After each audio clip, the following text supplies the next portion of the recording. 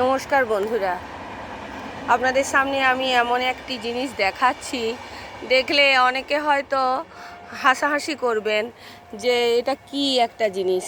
বন্ধুরা দেখুন, আমি এইটি বানিয়েছি কালকে দুপুরবেলায় রোদে পুড়ে, মানে অনেক কষ্ট করে। আমাদের বাড়ির যেহেতু ওই দূরের দিকে ওই মানে একটু কাছেই বাঁশবাগান রয়েছে, তা দেখি যে ছোট ছোট জায়গার মধ্যে নার্সারি বা আমরা যখন প্রদর্শনীতে যাই দেখি এরকম উচ্ছে বা লতানো গাছগুলোকে এরকম সুন্দরভাবে এরই মধ্যেই বেশ ফলছে এরকমভাবে করা আছে।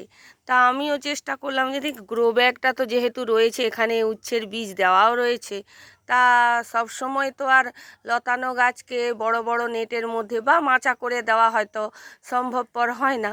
সেই জন্য আমি করেছি কি, পাইপ দিয়ে নয়, বাঁশের কঞ্চি দিয়ে, দেখুন এরকম 4টে কঞ্চি দিয়েছি, দিয়ে তার উপরে বাঁশবাগানেরই একটি কঞ্চিকে গোল করে আমি এই রাউন্ড দিয়ে এবার বেঁধে বেঁধে একটি সুন্দর স্ট্রাকচার বানিয়ে নিয়েছি। এটাকে এখনও বাঁধন দিতে হবে।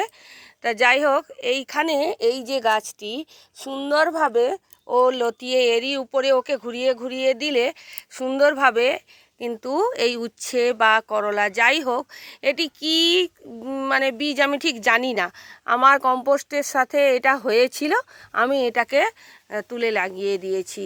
কারণ কম্পোস্টে যেহেতু আমরা সবজির খোসা দিই, সেক্ষেত্রে উচ্ছে না করলা অত মনে থাকে না, তো যেটাই হবে সেটাই আমাদের জন্য কিন্তু খুবই ভালো।